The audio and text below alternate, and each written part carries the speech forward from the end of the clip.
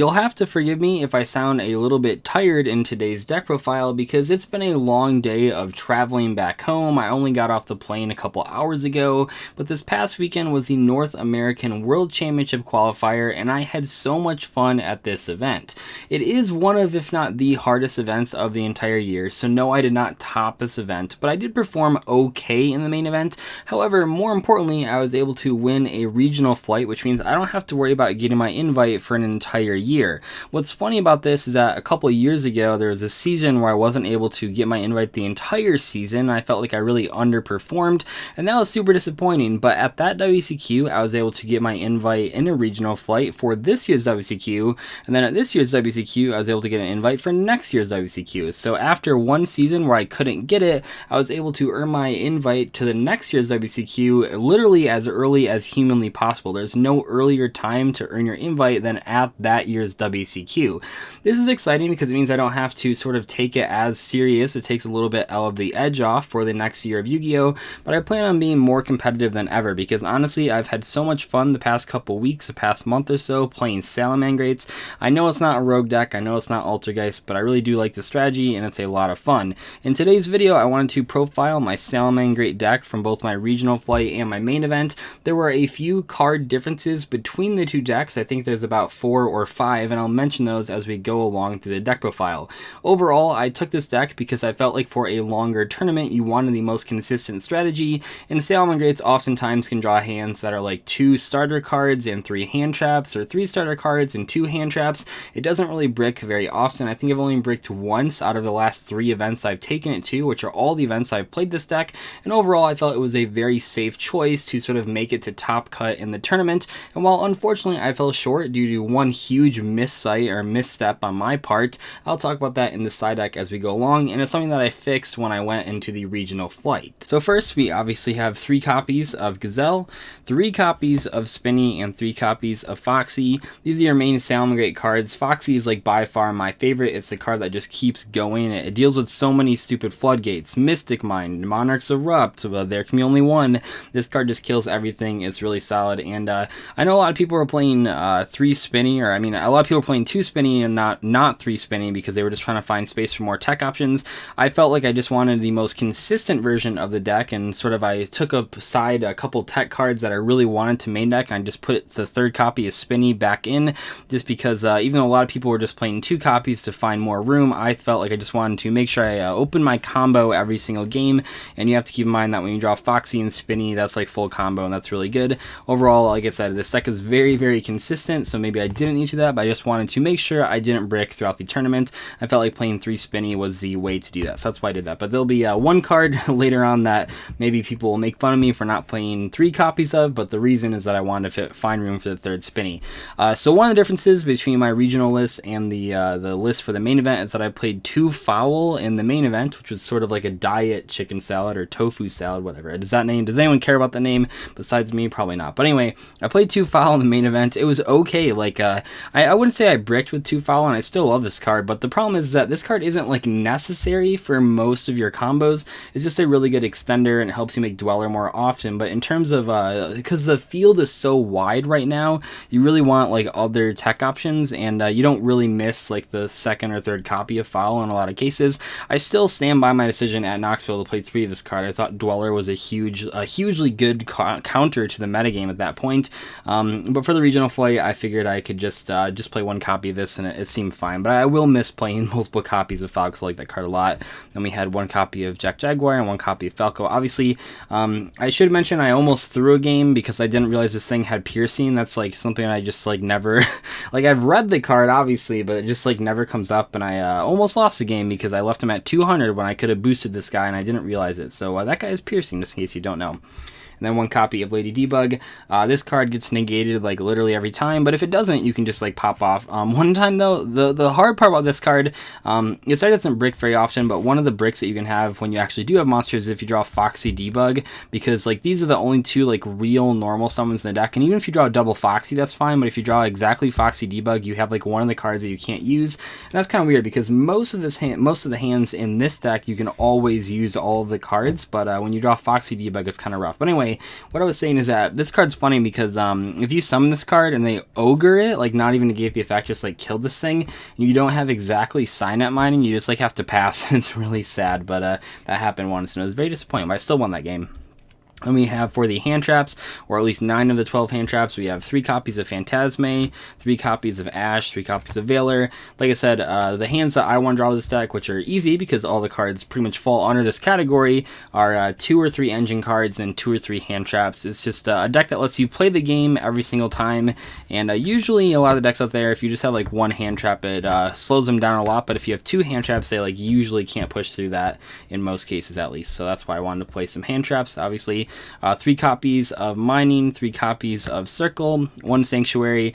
The one change that I made in the main deck for the regional flight is that I played 1 copy of Will instead of the 2nd copy of Foul. Once again, I just felt like I needed an extender, sort of like in that Lady Debug situation. That was a situation where I did have Lady Debug, Foxy, and Foul, and if that Foul would have been Will, it would have been way better because I could have special summoned the Foxy from my hand and just continue to combo off. That would have been really good, but yeah, I felt like I just needed like 1 more extender. And this card is really good because as long as you, I don't know, people think it's like a normal summon reliant deck, and I don't really understand that because as long as you can get 1 normal summon just on the field and doesn't get killed immediately by like stolen with Widow Anchor or anything, you can combo off. You can just keep pushing through back row because all the cards, once you get that 1 normal summon on the field, you can just keep extending. But if they kill that 1 normal summoner, they stop it somehow, you a lot of times have to pass. But if you have exactly Will, or like if you draw like specific cards like Gazelle, you can just like keep playing through those cards. So I felt like it was really important after I played in the main event, and a few times I'd just like summon Foxy and they would Widow Anchor and I just have to pass. So Will was pretty good in the regional flight. And then we have 3 copies of Called by the Grave, one of the best cards of the format. I mean, I think people know that by now.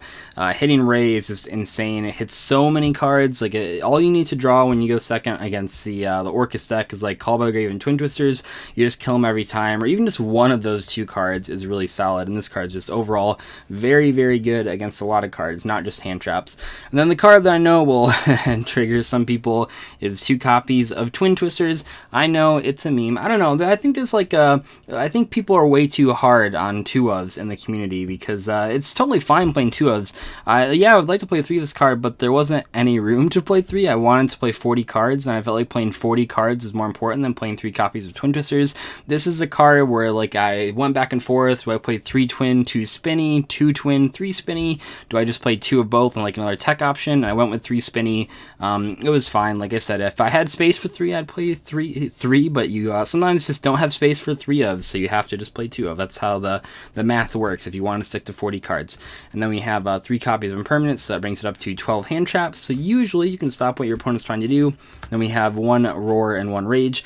Oh yeah, I guess this was a difference between my main deck, or between the YCS Knoxville and the WCQ, is that I played Rage in the main deck. I don't know why I didn't think this card was that good. I just really didn't. I think I was just behind on the times. Keep in mind, this is like only my 3rd event with Salamangreats. I haven't been playing it for like a year like Altergeist. But yeah, I was making at Knoxville Dweller Roar, and then like throughout the tournament I realized, oh, Dweller Rage is like way better. So I just started siding in Rage every game, and then I realized I probably should be main decking it, so that's what I did at this event.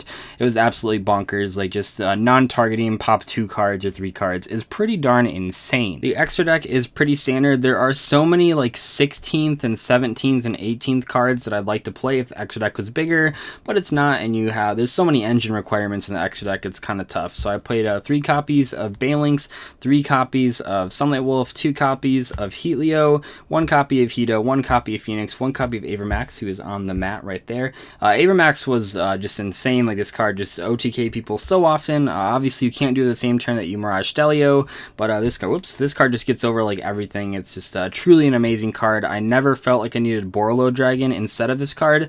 Not to mention this card's protection effect is way better, and also it like floats if your opponent kills it. Well, not quite float, but it takes something else. It takes out something else when your opponent manages to kill it, if they manage to kill it, and that's really, really solid. 1 Mirage Stelio, it's like one of the cards that I'd love to play 2 copies of. I know people always think you're crazy when you say that, but basically what happens is, yeah, if you resolve this card effect, you don't need 2 copies ever, because as long as you have access to Jack Jaguar, you're good. However, a lot of the times your opponent hits this within Veiler, Impermanence, or Ash, and then you don't have the Jack Jaguar, and you have no way to shuffle this back. Kind of awkward, and that just, it happens more often than you might think. So I wish I had 2 copies of this, but there's just no room. We have one copy of Dweller, obviously, like one of the winning conditions of this deck. And then we have one Violet Chimera, one Starting Venom. The Super Polys like weren't that great, but you like need these two cards. I know a lot of people like aren't playing this card, and I understand that, and I was able to beat Thunder without drawing Super Poly. And I don't think I drew it. Yeah, I drew Super Poly like once, but I didn't need it to win that game. I didn't even activate it actually, but this card is still like, I don't know, against Thunder, you just get in some spots where there's like no other card in the entire game that you can draw that'll out their board except for exactly Super Poly, and I just like want that option. Admittedly though, Super Poly has been pretty lackluster in the tournaments that I played with Salamangreats, but we'll have to see how the metagame shapes up. Obviously it's like the last event of the year for most players before next season, so I'm sure there'll be a new ban list at least pretty early into the next year's season. And then we have for the side deck, like I said, I made some changes here. We have probably the most changes between the NAWCQ list and this list was the side deck. We have 3 copies of Lancia, and then like the biggest change, and I almost main decked these cards, but I didn't want to. This was a change. I had a lot of drafts for this deck. I think I had about 10 different builds, mostly focused on side deck differences. I had a lot of different philosophies depending on what I felt was going to be like the more popular decks, which I know sounds stupid because like, oh, the meta is just 4 specific decks, but it's like, if it's more Striker Salamangreat heavy, you want more control cards. If it's more Orcus and Thunder Dragon heavy, you want more anti-combo cards, all sorts of stuff like that. But I settled on 2 days before the event, I settled on playing artifacts, and oh my god, these cards were so broken. It's so cool. Like when I first picked up Salamangreats months ago when the structure deck came out, I just played it for like a couple locals. I was main decking the artifacts, not the Lancias, but the Scythe engine, and it was just so good. And I really wish I could play this in the main, but there's just like no space, and it's obviously not super good going second. It was fine when everyone was playing Salamangreats, because this card's actually really good against Salamangreats going second, because they just can't make anything bigger than Scythe, and you can usually just recover. But man, this thing, when I was doing the test hands and I really felt like there were going to be a lot of combo decks, I felt like if I went first, oftentimes I couldn't make both Dweller and also set a Rage. Yeah, sometimes you could, and a lot of the times you could, probably about 60 to 70% of the time you could, but those like 30 to 40% of games you just couldn't do that, and Dweller isn't like enough by itself, especially when I cut Foul to 1, I just felt like I needed, well, even Foul at 2, I felt like I needed more cards that just stopped my opponent from playing. Specifically those combo decks, you want to just stun them for 1 turn. You can usually set up a pretty big board, then you can make Dweller, stuff like that. And the cool thing about these cards is that they're not really garnets. Yeah, drawing Scythe sucks, but I won a game where I drew just a Scythe and I was able to set up a Rage, and while you can't use Rage's non-targeting effect to pop your own cards, you can use its targeting effect to pop your own cards. So I was able to destroy my own Scythe, stop my opponent from making a big board, and then I was able to just OTK him on the next turn. So I'm a huge fan of these cards. I definitely think that this made a significant difference in how good this deck was, and I wonder if I would have played these cards if I would have thought that they were, if I would have been able to top YCS Knoxville. I will think about that, but I think that going forward, this is like the way to go if the format doesn't change too much. A lot of people in Knoxville played this engine, and I see why. I underestimated it because I thought I was playing 3 Foul and I was good enough with just summoning Dweller, but just having like a card that if you draw it, it means that when you draw any of these cards, I'll even put Scythe in there. If you draw any of these cards against Orcus or Thunder going first, you just win. That's obviously like really good when the format is like, those are like 2 of the top decks. So these cards were insane. Definitely played a huge role, especially in like the regional flight as well. And then for the other cards, and I'll have to tell you guys some changes that I made between the main event and the regional flight. We had 2 copies of Super Poly, 2 copies of Cosmic Cyclone, 1 copy of Twin Twisters, 2 copies of Anti-Spell, and 1 copy of Order. So I think I mentioned I went X3 in the main event. I did not make day 2, unfortunately. I know some X3s did, but not me. So the big problem that I faced was that so of the 3 losses, 2 of them were to Striker. And here's what happened, guys. Like when I went to Knoxville, I thought Striker was really easy for this deck. I had the Twins, I had the Cyclones.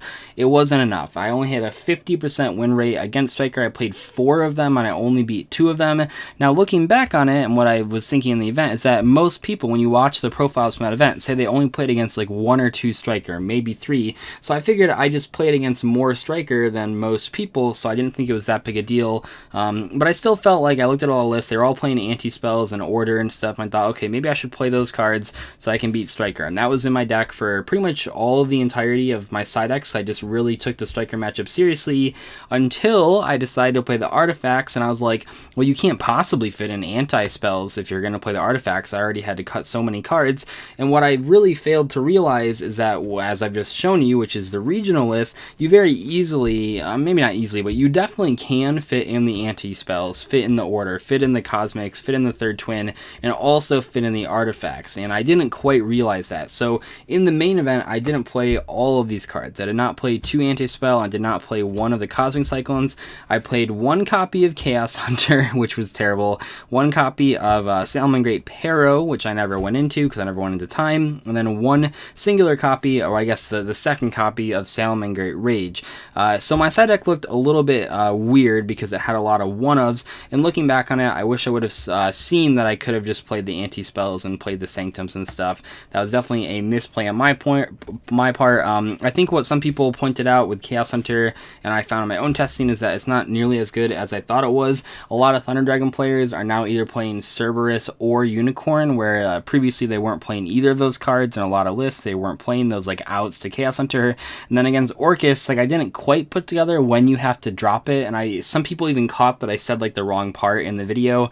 You're supposed to drop it on the Rusty, and then hopefully that just stops their turn. But if they have like 1 extender, they can just out it anyway, and like it's not that good. And like if you draw multiples, it's terrible. So I just played the 1 copy, and it wasn't the right call. I didn't need it against Thunder or Orcus. Those weren't the hard matchups. It was Striker, which I knew, but I just didn't take seriously once again. So there's like, I don't know, there's like a 3-week period where I was just going to like locals and testing with friends, where I knew that I had to prepare for Striker, and I had the anti-spells in there, and then like suddenly I just felt like I couldn't fit anti-spell and the artifacts. But I was definitely wrong. This is the more well-rounded side deck, and this probably would have helped me a lot in the main event, considering, like I said, 2 of my 3 losses were to Sky Strikers, where I felt like even with this card, even without like the Chaos Hunters and stuff like that, and like the Pero I never sided into, without the second Rage, which doesn't really matter, I felt like I very easily was able to take out the Orcus and Thunder Dragon players I played against, and even the mirror matches were pretty easy with the artifacts, sanctums and stuff like that, and the Cosmic Cyclones and the Super Polys. But overall, the Striker matchup is once again where I really failed to adjust the meta. But overall, I like this deck a lot. I'm happy to have got my invite once again at a WCQ. Means I can just kind of play what I want, but I am really having fun playing like a meta deck. I know it sounds silly because I usually play Rogue, but it's just so much fun like playing a deck and your hands are consistent, and you can just like deal with a lot of weird cards your opponent might play. Not nearly, honestly, it's this deck, a lot of people say Salamangreats are linear, but to me they're just a lot of fun, kind of like doing a puzzle every game. You can have so many different effects that you can activate, and you can go about them in a lot of different orders. So if your opponent has a lot of cards, it's really fun and really thought intense, so I like that a lot. But anyway, I look forward to next season of Yu-Gi-Oh! It'll be very fun. There's a UDS in August, there's a YCS in August, there's like a YCS every month. I'll probably go into a lot of those, so you'll make sure you check out those YCSs and see if I'm going to be going to them, because I probably will. Anyway though, I'll see you guys later. Thank you so much for watching. Goodbye.